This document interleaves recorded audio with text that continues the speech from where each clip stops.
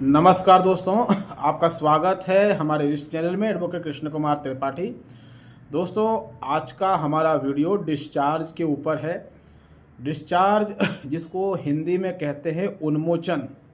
ठीक है, ये क्या चीज़ होती है, इसका क्या फ़ायदा है और ये किस तरीके से इसका इस्तेमाल किया जाता है। ठीक है, पहली बात ये कि डिस्चार्ज यानी ये क्रिमिनल केस का मैटर है। ठीक है, अगर आपके ऊपर कोई FIR हुई है या फिर कोई मुकदमा आपके ऊपर चल रहा है, प्राइवेट कंप्लेंट आपके ऊपर लगी है आपराधिक मामलों की, वैसे मामलों में डिस्चार्ज कैसे किया जाता है।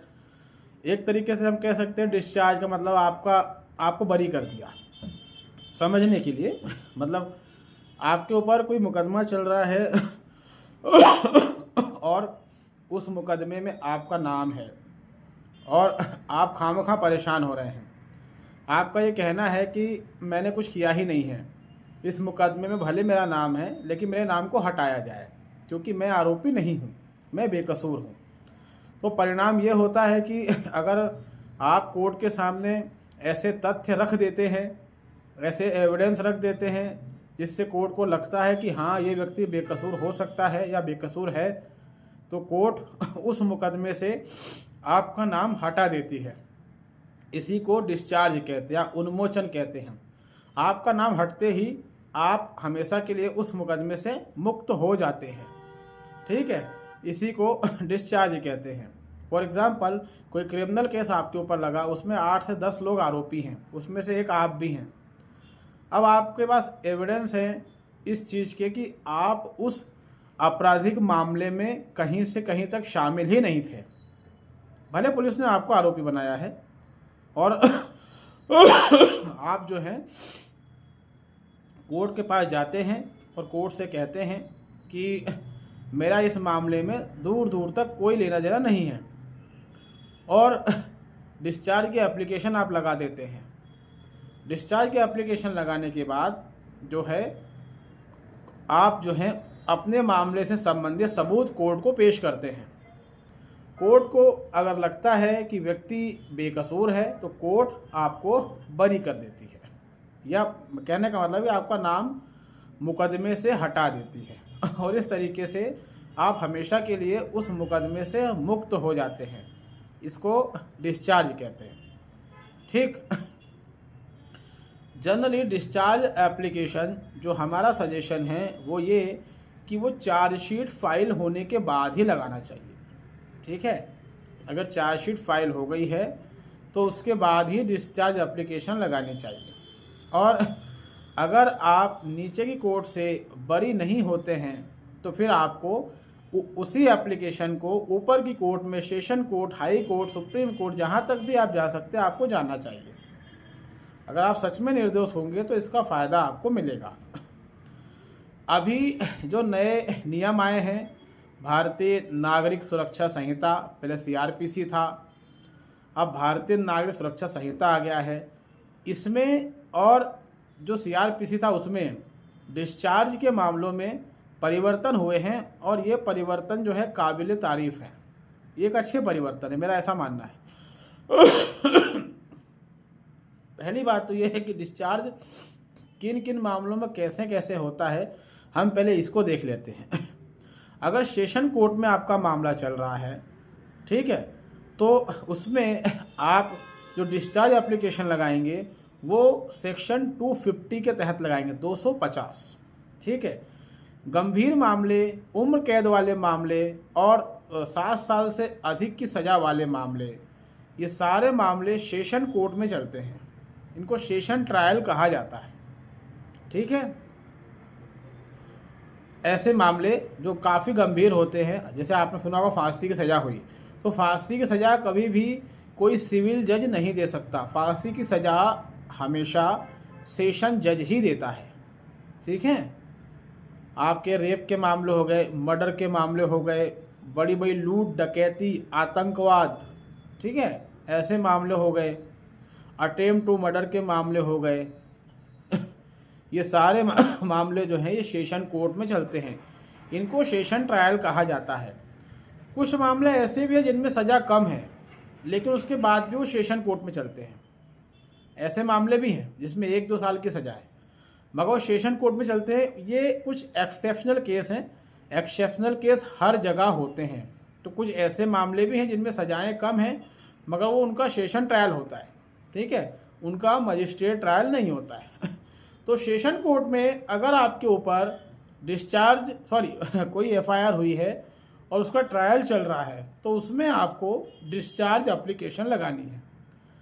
कब लगानी है? जब आपको ऐसा लगता है कि आप बेकसूर हैं, ठीक है, तब लगानी है। एक और चीज़ समझ लीजिए, डिस्चार्ज एप्लीकेशन हमेशा अकेले व्यक्ति को लगाना चाहिए। अकेले व्यक्ति को इन द सेंस, मान लीजिए 5 लोगों पर एफआईआर हुई है, 5 लोगों के खिलाफ मुकदमा चल रहा है। अब उन 5 में से मान लीजिए 3 बेकसूर हैं। अगर तीनों मिलके एक ही डिस्चार्ज एप्लीकेशन लगाते हैं तो इसमें नुकसान है। बेहतर हो तीनों अलग अलग डिस्चार्ज एप्लीकेशन लगाएं। 3 लोग हैं, तीनों अपनी अपनी तरफ से अलग अलग पर्सनल डिस्चार्ज एप्लीकेशन लगाएं। इसमें यह होगा कि हो सकता है तीनों को डिस्चार्ज कर दिया जाए, या 2 को कर दिया जाए, या 1 को कर दिया जाए। कुल मिलाकर किसी का फ़ायदा हो सकता है। अगर तीनों एक साथ लगाएंगे तो मालूम पड़ा तीनों को ही डिस्चार्ज नहीं किया गया। इसलिए हमारा सजेशन यही रहता है कि हमेशा अपनी तरफ से सेपरेट एप्लीकेशन डिस्चार्ज की मूव करना चाहिए। सेशन ट्रायल है तो जो आपका BNNS भारतीय नागरिक सुरक्षा संहिता है, इसकी धारा 250 के तहत सेशन ट्रायल में डिस्चार्ज एप्लीकेशन लगती है। ठीक, ये चीज़ आपको समझ में आ गई होगी। अगर मजिस्ट्रेट ट्रायल है तो धारा 262 सेक्शन 262 262 इसमें डिस्चार्ज एप्लीकेशन लगती है। 498A ये मजिस्ट्रेट ट्रायल होता है, ठीक है, इसमें 3 साल तक की अधिकतम सज़ा है। ऐसे मामले मजिस्ट्रेट सुनते हैं। अगर आपके ऊपर 498A का मुकदमा चल रहा है, दहेज का मुकदमा चल रहा है, आप इसमें जो है डिस्चार्ज एप्लीकेशन लगा सकते हैं अगर आपको लगता है कि आप बेकसूर हैं। ठीक। इसके अलावा प्राइवेट कंप्लेंट वगैरह अगर लगी हुई हैं, उसमें सेक्शन 268 268 इसके अंतर्गत डिस्चार्ज एप्लीकेशन आप लगा सकते हैं। ठीक है। कई बार क्या होता है कि पुलिस एफआईआर दर्ज नहीं करती और सामने वाली पार्टी डायरेक्ट कोर्ट में मुकदमा लगा देती है, और कोर्ट में मुकदमा लगाने के बाद कोर्ट को लगता है कि मुकदमा दर्ज होने लायक है, कोर्ट उस मुकदमे को दर्ज कर लेती है। ठीक है। तब ऐसे मामलों में हमें सेक्शन 268 के तहत डिस्चार्ज एप्लीकेशन लगानी पड़ेगी। ठीक है। मेरे ख्याल से इतना आपकी समझ में आया होगा। अब जो BNNS है, यानी भारतीय नागरिक सुरक्षा संहिता, जो नया कानून आया है, इसमें चेंज क्या हुआ है? इसमें चेंज ये हुआ है कि इसमें एक और धारा जोड़ दी गई। वो धारा क्या है? वो है समन मामलों का ट्रायल। समन मामले मतलब कुछ ऐसे मामले भी क्रिमिनल कोर्ट में चलते हैं जिसमें कि वो डायरेक्ट कोर्ट में लगते हैं और उनमें कोर्ट समन जारी करके आपको बुलाती है। इसका सबसे बेहतरीन एग्जाम्पल है डोमेस्टिक वायलेंस। ठीक है, जो कि आपके ऊपर लग जाता है और आपकी फैमिली के कई मेंबर्स होते हैं, उनका भी नाम उसमें रहता है, और फैमिली के जैसे कि एक आम नागरिक है, उसको कोर्ट कचहरी का कोई नॉलेज नहीं रहता। जब भी कोर्ट का कोई नोटिस आता है, व्यक्ति घबरा जाता है। भले उसको कोई सज़ा ना हो, लेकिन फिर भी उसको टेंशन में आ जाता है कि यार ये क्या चीज़ है, मैं तो परेशान हो जाऊंगा, ऐसा वैसा। मतलब कोई भी कॉमन मैन जो है, जिसको कानून का ज्ञान नहीं रहता है, एक साधारण सा नोटिस भी अगर उसको कोर्ट का आ जाए तो वो टेंशन में आ जाता है। ठीक है। तो डोमेस्टिक वायलेंस जो है वो समन ट्रायल मामला होता है। ठीक है। वारंट ट्रायल मामले जिसमें वारंट निकल जाए, समन ट्रायल मामले जिसमें समन आपको जारी किया जाता है अपीयर होने के लिए। तो घरेलू हिंसा समन ट्रायल मामला है। तो क्या घरेलू हिंसा में भी डिस्चार्ज एप्लीकेशन लगा सकते हैं? बिल्कुल लगा सकते हैं। सेक्शन 274 ये अभी नया चेंज किया गया है भारतीय नागरिक सुरक्षा संहिता में, जिसमें कि धारा 274 274 के तहत आप डिस्चार्ज एप्लीकेशन लगा सकते हैं। ठीक है, क्योंकि डोमेस्टिक वायलेंस में भी ये होता है कि आपको आरोपी बना दिया, आपके जो भाई बंधु हैं, उनकी जो पत्नियां हैं, आपके माता पिता, आपके दूर के रिश्तेदार, इन सभी को आरोपी बना दिया जाता है। और उसके बाद कई बार तो ये होता है कि व्यक्ति कोर्ट के चक्कर काटने लग जाता है।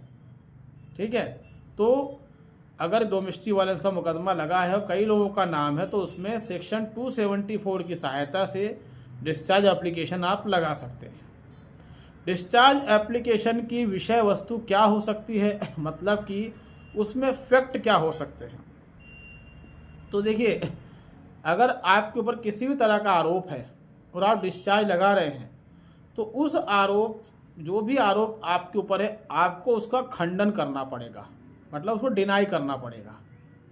साथ में मान लीजिए कोई गंभीर आरोप आपके ऊपर है और आपको ऐसा मालूम है कि आपने तो किया ही नहीं है, हो सकता है उस समय आप घटना स्थल पर ना रहे हों, कहीं और रहे हों, या हो सकता है कि आपने उस काम को अंजाम ही ना दिया हो सकता है जब वो क्राइम हुआ उस समय जहाँ भी आप थे वहाँ सीसीटीवी फुटेज, मतलब सीसीटीवी कैमरा लगा हुआ हो, उसकी फुटेज वगैरह से आप बच सकते हैं।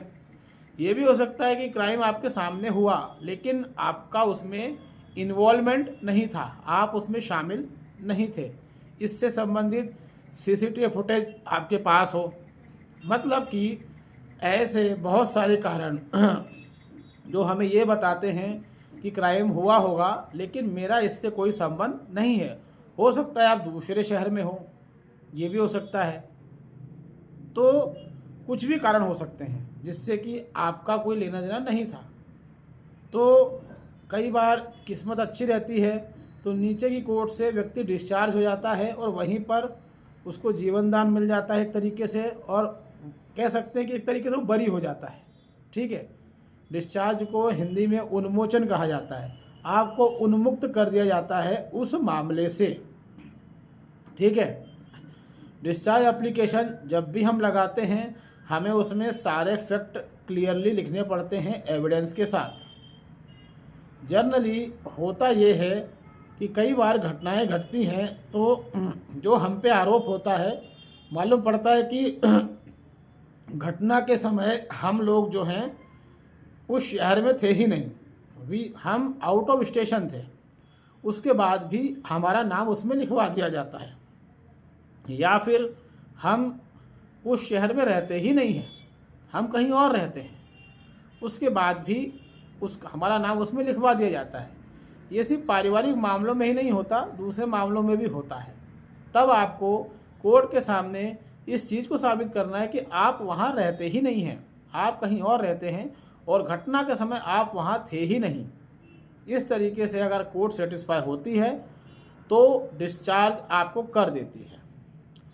डिस्चार्ज एप्लीकेशन में जनरली एक चीज़ देखने को मिली, और जहाँ जहाँ हम कोर्ट में गए, हमारे एमपी में, छत्तीसगढ़ में, दिल्ली में, और उसके अलावा यूपी वगैरह में, राजस्थान वगैरह में, जो भी मामले हमने हैंडल करे, जो हमारा अनुभव है वो ये कहता है कि अक्सर जो है निचली अदालतों के जजेस जो है वो डिस्चार्ज एप्लीकेशन पर ज़्यादा इंटरेस्ट नहीं दिखाते हैं।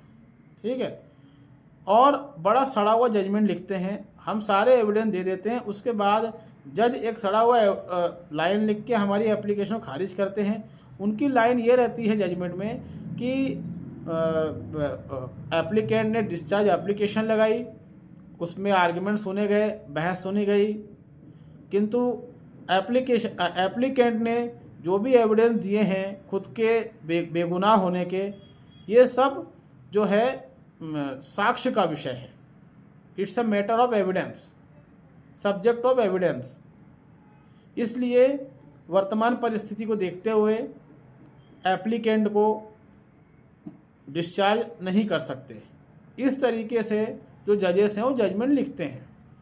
ठीक है, हमने एक बार एक जज से इसी मामले में बोल दिया था कि सर जब साक्ष्य की ही बात करनी है तो फिर धारा को बनाया क्यों गया, फिर तो ये धारा को बनाने नहीं था, फिर डिस्चार्ज के लिए सेक्शन बनाए गए हैं, सेक्शन 250, 262, 268, 274। ठीक है, session trial, magistrate trial, private complaint, whatever, और समन ट्रायल। तो जब डिस्चार्ज आप कर ही नहीं सकते तो फिर आपने डिस्चार्ज के प्रोविज़न बनाए ही क्यों? उसका मीनिंग क्या निकलता है? तो जब कभी भी आप डिस्चार्ज की एप्लीकेशन लगाएं, उसमें सारे फैक्ट और उससे संबंधित तथ्यों को तो आप रखें ही, जो भी एविडेंस है उसको भी आप रखें, और उसमें जज से एक निवेदन जरूर करें कि सर एप्लीकेशन अगर एक्सेप्ट करने लायक हो तो काइंडली एक्सेप्ट इट, इसको कि ये एविडेंस का मैटर है, साक्ष्य का विषय है, इस तरह की ऊल जलूल ओछी दलील देकर मामले को खारिज ना करें। ठीक है, क्योंकि अक्सर यही देखने को मिलता है, और ये निचली अदालतों में देखने को मिलता है। हायर जुडिशरी में तो ये चीज़ नहीं देखने को मिलती। अगर हायर जुडिशरी में आप प्रूव कर देते हैं कि उस घटना का संबंध आपसे नहीं है तो हायर जुडिशरी में आपको रिलीफ मिल जाता है, कोर्ट आपके नाम को हटा देती है और आप उसी समय उस मामले से बरी हो जाते हैं।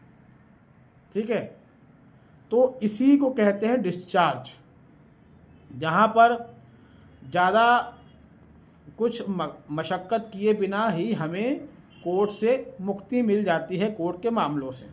ठीक, और फैमिली मैटर्स में अगर 498 डोमेस्टिक वायलेंस वगैरह में आपका नाम डाला गया है, कई लोगों का नाम डाला गया है, तो आप अपने आप को उससे डिस्चार्ज करवा सकते हैं अगर आपके पास एविडेंस है तो।